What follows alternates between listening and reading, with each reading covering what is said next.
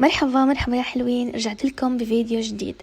طبعا هذا الفيديو انا كنت نشرته عندي على الصفحة قبل هيك، بس للأسف الشديد ما كان عليه صوت، فقلت لازم انزل لكم اياه لانه كتير كتبتولي في التعليقات انه بدكم تعرفوا او تسمعوا صوتي. طبعا كتير منا ما بيحب ياكل الكوسة وخاصة الأطفال، فأنا جبت لكم وصفة كتير سهلة وسريعة رح تخلي أطفالكم يدمنوا الكوسة بهالطريقة. رح نجيب عنا كوسة ونبدأ بتقطيعها لقطع صغيرة مثل يلي انتم شايفينها بالفيديو، لازم تكون بالحجم عشان تستوي. رح أجيب حبتين بصل وأفرمهم كمان أو أقطعهم بالسكينة لقطع صغيرة. طبعا هذا البصل رح نحطه بطاسة فيها زيت عشان ننزل كمان عليه باللحمة المفرومة اللي موجودة عنا زي ما انتم شايفين. انا اخترت هالصينية، رح انزل بالبصل، رح اضل اقلب لحد ما البصل ياخد لون، رح انزل عليه بلحمة مفرومة واستمر بالتقليب لحد ما يستوي. بعد ما تستوي اللحمة رح انزل هلأ عليها بالكوسة اللي انا قطعتها واخليها تستوي على نار هادية. على ما الكوسة مع اللحمة المفرومة تستوي، طبعا رح نجيب لبن رايب او زبادي، ورح نجيب بيضة، ورح احتاج كمان معها طحينة وربع كاسة مي.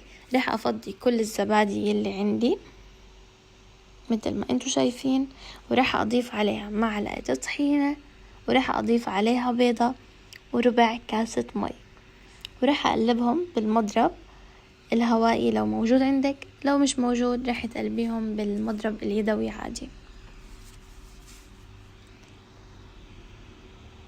رح استمر هلا بالتقليب.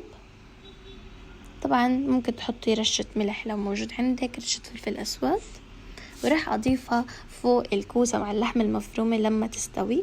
وانتبهوا يا جماعة ما تغطوا الاكلة علشان ما يفقش الحليب عفوا ما يفقش اللبن او الزبادي عن الاكلة اللي انتوا عملتوها وتحسوا انه صارت كل وحدة طبق لحالها.